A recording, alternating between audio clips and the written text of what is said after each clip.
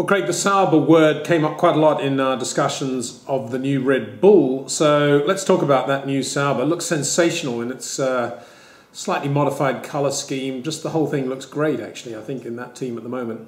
Again, I mean, I think there were quite high expectations for what Sauber would come out with. Obviously, they were one of the sort of the design stars of last year. If perhaps they didn't quite turn those designs into race wins or stronger race results, but it was a good year for them all in all.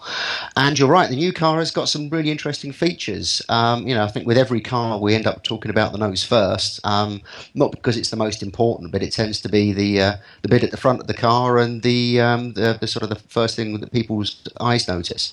As we spoke, Sauber have this ducted arrangement inside their nose where air is taken from underneath the nose and then ducted out backwards over the top of the nose to try and offset some of the problems with the step nose. They've kept that this year. They've added these rather attractive ridges along the edge of the nose, which again is just all a part of managing the airflow over the step on the nose. And that looks quite nice. But what everyone is talking about in design terms is what Sauber have done with their side pods. They've narrowed the inlets at the front of the side pods quite significantly. They're only about half the width that's actually available. You can tell from where the side pod inlet is to the edge of the floor, or where that vertical vein that teams fit to the side of the side pods is much, much narrower. Obviously, narrower side pods would have an improvement in drag anyway.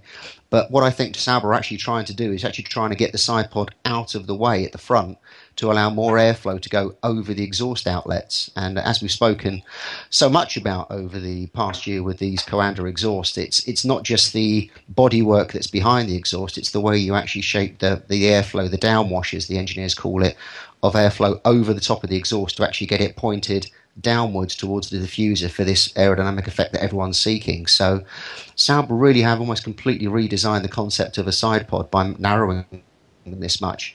And it'll be interesting to see if other teams at some point do a quite big piece of research and development to invest in following this direction, because it's not just the side pod, but equally the radiators and the crash structures that are mounted inside them that they would have to shift around and redesign and re-crash test in order to follow what's quite an exciting idea from Sauber.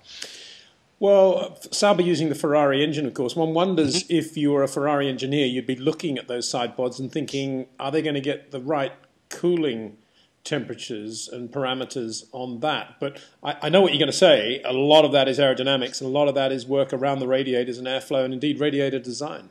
Yeah, I mean, the teams know exactly how much cooling the car needs, how much inlet area, how big the radiators are, how much outlet area. It's all relatively easily calculated.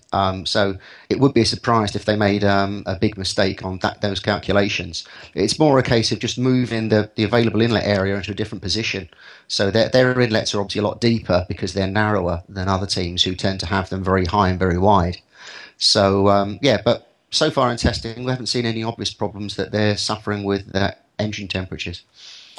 Any other aspects of the Sauber that attract your attention at the back end of the car there? Yeah, I mean, one of the key things that the Sauber have done, as we was talking about the side pods and about the exhaust, last year, as you said, Sauber really defined what a Coanda side pod is, where you would have a piece of bodywork, which tends to be like the ramped end of the side pod, leading all the way down from the exhaust to the diffuser. They came up with that full Coanda setup first. Obviously, McLaren had a slightly different idea, which everyone tended to copy.